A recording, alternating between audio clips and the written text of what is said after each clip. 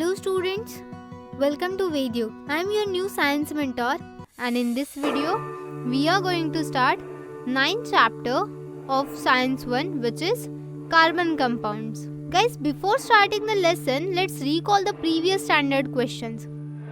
So, what are the types of compound?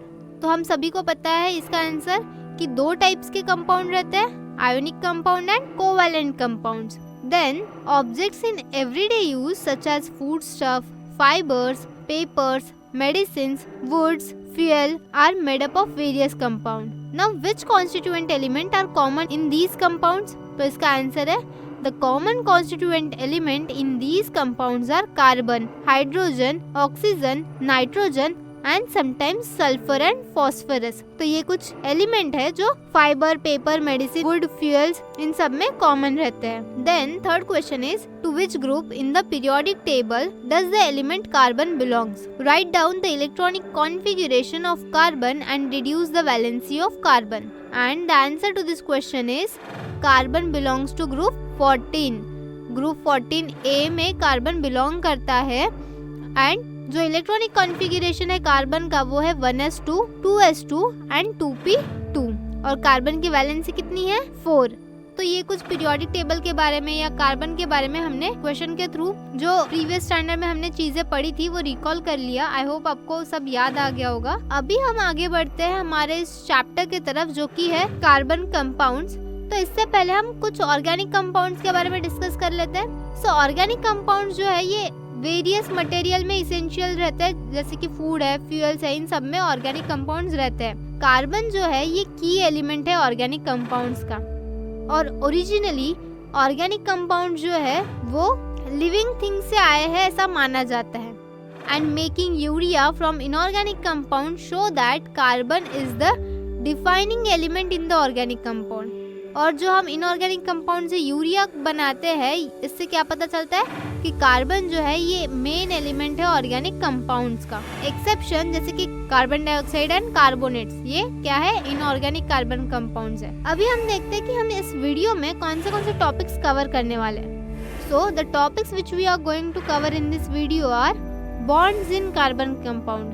तो carbon compound में bonds किस तरह से फॉर्म होते हैं वो हम देखेंगे. इससे पहले हमने आयनिक कंपाउंड देखा, कोवैलेंट कंपाउंड देखा जिसमें हमने देखा कि आयनिक कंपाउंड का जो बॉन्ड है वो ज्यादा स्ट्रॉन्ग होता है, वहाँ पे आयनिक बॉन्ड रहता है. अब कार्बन कंपाउंड में कौन सा बॉन्ड रहता है वो देखते हैं. So let's see bonds in carbon compound. देखो हम सब ने आयनिक कंपाउंड्स के बारे में प्रीवियस चैप्टर में पढ़ा है जहाँ पे हमने देखा कि आयनिक कंपाउंड्स का मेल्टिंग एंड बॉइलिंग पॉइंट जो है वो बहुत ज्यादा रहता है, हाई रहता है एंड वो इलेक्ट्रिसिटी भी कंडक्ट करते हैं in their molten states and dissolve states. हमने आयोनिक कंपाउंड के प्रॉपर्टीज भी पढ़ लिए हैं इससे पहले वाले चैप्टर में on the basis of the ionic bond in them. Now you can see the table in the video in which some carbon compounds are given जिसमें मीथेन दिया है, इथेनॉल है, क्लोरोफॉर्म है, एसिटिक एसिड है. ये कुछ carbon compound है और उनके मेल्टिंग एंड बॉइलिंग पॉइंट दिए हैं. तो पहले हम इस चार्ट को डिस्कस कर लेते हैं. मीथेन का मेल्टिंग पॉइंट है -183 डिग्री एंड बॉइलिंग पॉइंट है -162 डिग्री सेल्सियस.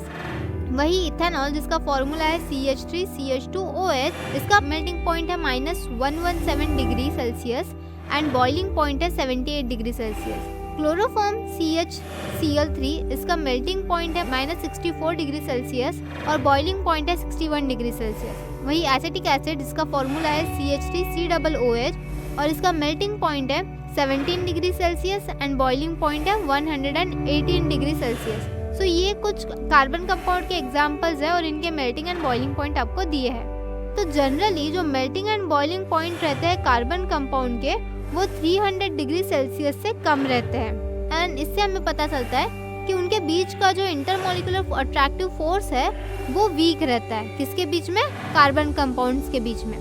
क्योंकि हमने आयोनिक कंपाउंड्स का क्या देखा था, आयोनिक कंपाउंड्स में थाउजेंड्स तक जाता है मेल्टिंग एंड बॉइलिंग पॉइंट, लेकिन कार्बन कंपाउंड्स में ये मेल्टिंग एंड बॉइलिंग पॉइंट जो है वो 300 डिग्री सेल्सियस के अबव देखा नहीं गया है. इसीलिए इनके बीच का जो इंटरमॉलिक्यूलर अट्रैक्टिव फोर्स है वो कम रहता है. प्रीवियस स्टैंडर्ड्स में जब हमने इलेक्ट्रिकल कंडक्टिविटी चेक की थी कार्बन कंपाउंड्स की तब हमने देखा था कि ग्लूकोज एंड यूरिया जो है वो इलेक्ट्रिकल कंडक्टर्स नहीं थे. जनरली जो मोस्ट ऑफ कार्बन कंपाउंड्स रहते हैं वो बैड कंडक्टर ऑफ इलेक्ट्रिसिटी रहते हैं, मतलब वो इलेक्ट्रिसिटी को कंडक्ट नहीं कर पाते. एंड इससे हमें क्या पता चलता है कि most of the carbon compounds का स्ट्रक्चर जो है इसमें आयोनिक बॉन्ड नहीं रहते। It means that chemical bond in the carbon compound do not produce ions. तो इससे हमें क्या पता चलता है कि कार्बन कंपाउंड्स के जो स्ट्रक्चर है उसमें आयोनिक बॉन्ड रहता है क्या? नहीं।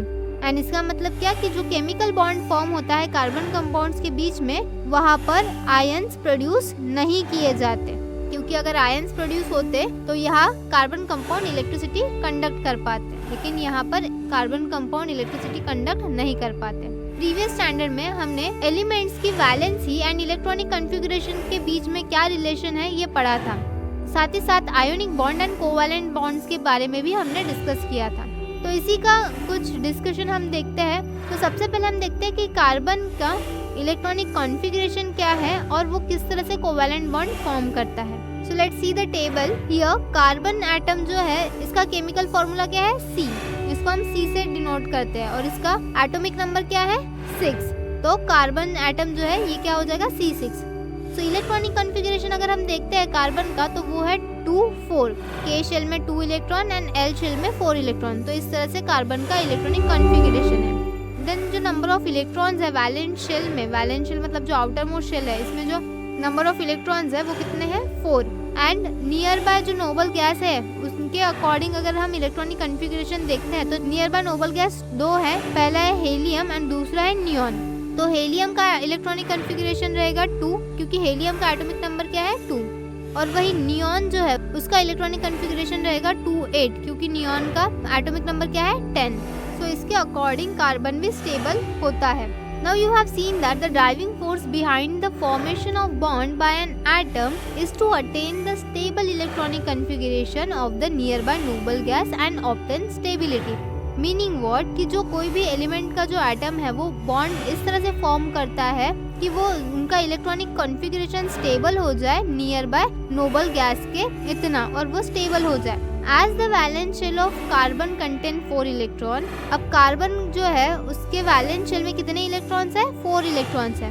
एंड इसीलिए there are 2 alternative route to attain a noble gas configuration. Carbon एक तो हेलियम के जितना स्टेबल हो सकता है या तो नियॉन के जितना स्टेबल हो सकता है। सो सबसे पहले देखते हैं if carbon attain the configuration of noble gas helium. तो कार्बन को अगर हेलियम के जैसे बैलेंस होना है तो कार्बन को क्या करना पड़ेगा? 4 वैलेंस इलेक्ट्रॉन में से 2 वैलेंस इलेक्ट्रॉन जो है वो लूज करना पड़ेगा। And in this method a net positive charge on the carbon atom goes on increasing due to loss of electron.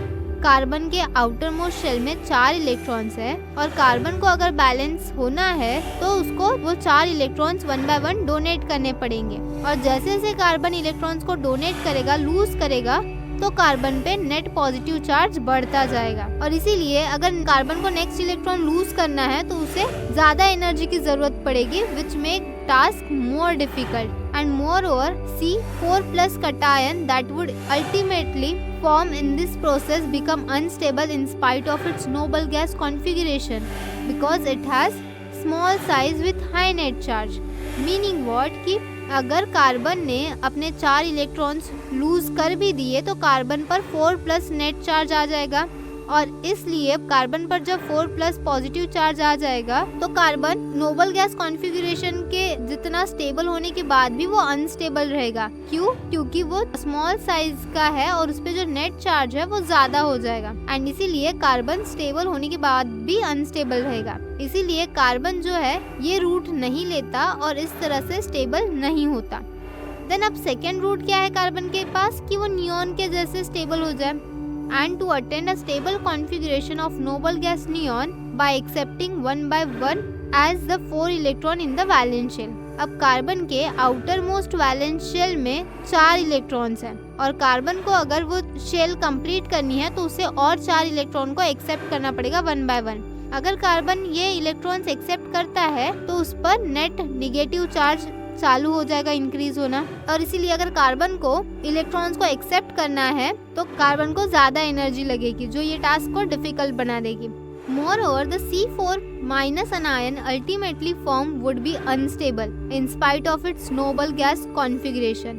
Meaning what? कि कार्बन जो C4- anion फॉर्म करेगा by accepting 4 electrons तो Nobel gas configuration होने के बावजूद carbon unstable रहेगा, क्योंकि carbon का जो साइज है वो स्मॉल साइज हो जाएगा और कार्बन पर 6+ जो नेट चार्ज है वो 10 इलेक्ट्रॉन्स को होल्ड नहीं कर पाएगा एंड इसीलिए कार्बन ये रूट भी नहीं अपनाता है नोबल गैस कॉन्फ़िगरेशन के लिए। मतलब कार्बन ना हीलियम जैसे इलेक्ट्रॉनिक कॉन्फ़िगरेशन को एक्सेप्ट करता है, ना नियॉन जैसे इलेक्ट्रॉनिक कॉन्फ़िगरेशन को स्टेबल करता है। So to attain the configuration of neon by sharing 4 electrons of valence shell with the 4 valence electron of other atom। तो इसके अलावा कार्बन क्या करता है, नियॉन के जैसे इलेक्ट्रॉनिक कॉन्फ़िगरेशन के लिए कार्बन 4 इलेक्ट्रॉन्स को शेयर करता है 4 बाकी एटम्स के साथ। इस मेथड में क्या होता है, 2 atoms share valence electron with each other. मतलब 2 एटम्स रहेंगे, वो क्या करेंगे, उनके इलेक्ट्रॉन शेयर करेंगे एक दूसरे के साथ। Valence shell of both the atoms overlap and accommodate the shared electrons. Valence shell क्या करेंगे, दोनों एटम्स के ओवरलैप हो जाएंगे और इलेक्ट्रॉन्स को शेयर करेंगे, जिसकी वजह से दोनों एटम्स का जो नोबल गैस कॉन्फ़िगरेशन है वो स्टेबल हो जाएगा और उन पर कोई भी नेट चार्ज नहीं अप्लाई होगा, जिससे क्या हो जाएगा, वो इलेक्ट्रिकली न्यूट्रल रहेंगे एंड इस फैक्टर की वजह से उनमें स्टेबिलिटी भी आ जाएगी। देयरफॉर कार्बन एटम ने ये रास्ता अपनाया है नोबल गैस कॉन्फ़िगरेशन के लिए। The chemical bond form by sharing the 2 valence electron between 2 atoms is called as covalent bond. तो जब 2 एटम्स के वैलेंस इलेक्ट्रॉन शेयर करने के बाद एक केमिकल बॉन्ड बनता है, तो ऐसे बॉन्ड को हम क्या कहते हैं, कोवैलेंट बॉन्ड। आई होप आपको कोवैलेंट बॉन्ड एग्जैक्टली क्या है ये समझ आ गया। नाउ कोवैलेंट बॉन्ड जो है ये रिप्रेजेंट करते हैं bye drawing an electron dot structure. अब इस मेथड में एक सर्कल ड्रॉ किया जाता है around the atomic symbol and each of the valence electron is indicated by a dot or a cross। meaning what कि जो भी एलिमेंट हम यूज कर रहे हैं उस एलिमेंट के एटॉमिक सिंबल के अराउंड में एक सर्कल बनाया जाता है और वहाँ पर डॉट या क्रॉस के द्वारा एक इलेक्ट्रॉन्स को शो किया जाता है। कोवैलेंट बॉन्ड जो है ये फॉर्म होता है between the atoms is indicated by showing the circle around the atomic symbols crossing each other.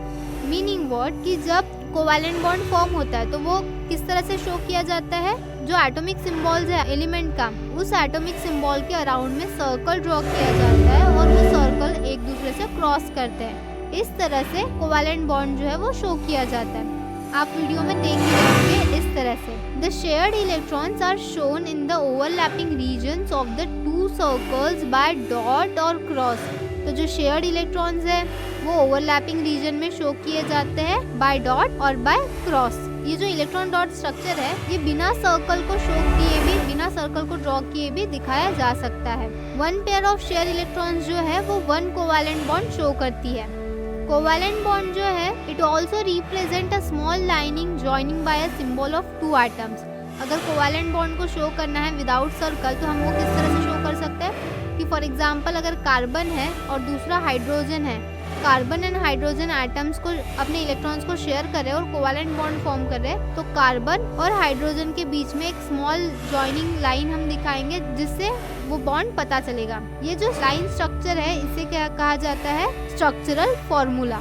बिल्कुल आप वीडियो में देख रहे हैं कि जिस तरह से 2 हाइड्रोजन एटम जो है वो अपना इलेक्ट्रॉन शेयर कर रहे हैं एंड वहाँ पर कोवैलेंट बॉन्ड फॉर्म कर रहे हैं। इस तरह से डॉट स्ट्रक्चर हम शो करते हैं, डॉट स्ट्रक्चर भी और बॉन्ड स्ट्रक्चर भी। सो इस तरह से हम सिंगल बॉन्ड जो है वो शो करते हैं एक सिंगल लाइन के जरिए। तो electron dot structure and line structure of hydrogen molecule जो है आप वीडियो में देख रहे हैं। इसी तरह से कार्बन भी अपने बॉन्ड फॉर्म करता है। हाइड्रोजन मॉलिक्यूल जो है इनमें सिंपलेस्ट कोवैलेंट बॉन्ड रहता है। हाइड्रोजन एटम में कितने इलेक्ट्रॉन्स रहते हैं, 1, इसलिए हाइड्रोजन का एटॉमिक नंबर भी कितना है, 1। तो चलिए ये जो कोवैलेंट बॉन्ड है इसको हाइड्रोजन मॉलिक्यूल के एग्जांपल से देखते हैं, क्योंकि हाइड्रोजन ये सिंपलेस्ट कोवैलेंट बॉन्ड फॉर्म करता है। हाइड्रोजन एटम जो है इसमें एक ही इलेक्ट्रॉन रहता है, एज एटॉमिक नंबर जो है हाइड्रोजन का वो 1 है, तो उसके अकॉर्डिंग इलेक्ट्रॉन भी 1 रहता है। अब हाइड्रोजन को हीलियम के जितना इलेक्ट्रॉनिक कॉन्फ़िगरेशन के लिए एक और इलेक्ट्रॉन की जरूरत पड़ती है। तो क्या होता है कि 2 हाइड्रोजन एटम्स जो है वो उनके इलेक्ट्रॉन शेयर करते हैं और H2 मॉलिक्यूल फॉर्म करते हैं, और 2 हाइड्रोजन एटम अपना अपना एक इलेक्ट्रॉन शेयर करके, मतलब 2 इलेक्ट्रॉन शेयर करके एक सिंगल कोवैलेंट बॉन्ड फॉर्म करते हैं। उसी तरह ऑक्सीजन एटम भी कंबाइन होता है और नाइट्रोजन एटम भी कंबाइन होकर कोवैलेंट बॉन्ड फॉर्म करता है। अब ऑक्सीजन में क्या होता है, 2 ऑक्सीजन एटम्स जो है वो 2 कोवैलेंट बॉन्ड शेयर करते हैं। तो जब हाइड्रोजन सिंगल इलेक्ट्रॉन शेयर कर रहा था तो सिंगल कोवैलेंट बॉन्ड बन रहा था। यहाँ पे एक मॉलिक्यूल जो है ऑक्सीजन का वो 2 इलेक्ट्रॉन शेयर कर रहा है और दूसरा जो ऑक्सीजन का मॉलिक्यूल है वो 2 इलेक्ट्रॉन शेयर कर रहा है और 2 इलेक्ट्रॉन से एक बॉन्ड बनता है। तो यहाँ पे 4 इलेक्ट्रॉन शेयर हो रहे हैं। तो यहाँ पे कितने बॉन्ड बनेंगे, 2 बॉन्ड बनेंगे। वही अगर हम नाइट्रोजन की बात करते हैं तो नाइट्रोजन जो है ये क्या करता है, अगर 2 नाइट्रोजन एटम अपने इलेक्ट्रॉन्स को शेयर कर रहे हैं तो एक नाइट्रोजन एटम 3 इलेक्ट्रॉन शेयर करता है और दूसरा नाइट्रोजन एटम 3 इलेक्ट्रॉन शेयर करेगा। और एज आई सेड कि 2 इलेक्ट्रॉन्स शेयर होकर एक कोवैलेंट बॉन्ड बनता है। तो यहाँ पर 6 इलेक्ट्रॉन शेयर हो रहे, तो यहाँ पे 3 कोवैलेंट बॉन्ड बनेंगे, मतलब ट्रिपल बॉन्ड बनेगा। ऑक्सीजन है तो डबल बॉन्ड, नाइट्रोजन है तो ट्रिपल बॉन्ड। सो इस तरह से कोवैलेंट बॉन्ड्स फॉर्म होते हैं। आप डायग्राम में देख रहे हैं, बिल्कुल उसी तरह से double bond and triple bond भी फॉर्म होते हैं कोवैलेंट बॉन्डिंग में। अभी हम एग्जांपल देखते हैं कार्बन का, क्योंकि ये पूरा चैप्टर हम कार्बन पे ही पढ़ रहे हैं। तो कार्बन अगर अपना बॉन्ड फॉर्म करता है हाइड्रोजन के साथ, तो कार्बन जब हाइड्रोजन के साथ बॉन्ड फॉर्म करता है तो वो मीथेन फॉर्म करता है। अब कार्बन क्या करता है, अपने 4 इलेक्ट्रॉन्स को शेयर करता है 4 अलग अलग हाइड्रोजन एटम के साथ। अब कार्बन 4 ही क्यों इलेक्ट्रॉन शेयर करता है, क्योंकि कार्बन के आउटरमोस्ट शेल में कितने इलेक्ट्रॉन्स रहते हैं, 4 वैलेंस इलेक्ट्रॉन रहते हैं। और नियॉन के इलेक्ट्रॉनिक कॉन्फ़िगरेशन तक पहुंचने के लिए कार्बन को और 4 इलेक्ट्रॉन्स की जरूरत पड़ती है। तो कार्बन क्या करता है, वो 4 इलेक्ट्रॉन्स कहाँ से लाएगा, 4 अलग अलग हाइड्रोजन एटम्स के साथ कंबाइन होके इलेक्ट्रॉन्स को शेयर करके कार्बन जो है वो अब 4 कोवैलेंट बॉन्ड फॉर्म करता है। यहाँ पे वीडियो में मैंने आपको electron dot structure and line structure जो है मीथेन का वो दिखाया है, किस तरह से एक single carbon atom 4 hydrogen atom के साथ कोवैलेंट बॉन्ड जो है वो फॉर्म करता है। सो इस तरह से एक single molecule of carbon 4 molecules of hydrogen के साथ कोवैलेंट बॉन्ड फॉर्म करके मीथेन ये कंपाउंड फॉर्म करता है। सो आई होप आपको ये समझ आ गया कि कार्बन किस तरह से कोवैलेंट बॉन्ड फॉर्म करता है, कार्बन की वैलेंसी क्या है, कार्बन क्यों हेलियम के जैसे इलेक्ट्रॉनिक कॉन्फ़िगरेशन नहीं कर सकता या क्यों कार्बन नियॉन के जैसे इलेक्ट्रॉनिक कॉन्फ़िगरेशन नहीं कर सकता। आई होप आपको ये सारी चीज़ें क्लियर है। लेकिन फिर भी अगर आपको कोई डाउट है तो आप वीडियो को रीवॉच कीजिए या हमें कमेंट सेक्शन में बताइए। Now let's take a break here, and in our next video we will learn about carbon, a versatile element, and hydrocarbons, saturated and unsaturated. So ये topics जो है ये हम हमारे next video में पढ़ेंगे। So till then keep watching and keep learning guys। हम मिलते हैं हमारे next video में। Bye bye।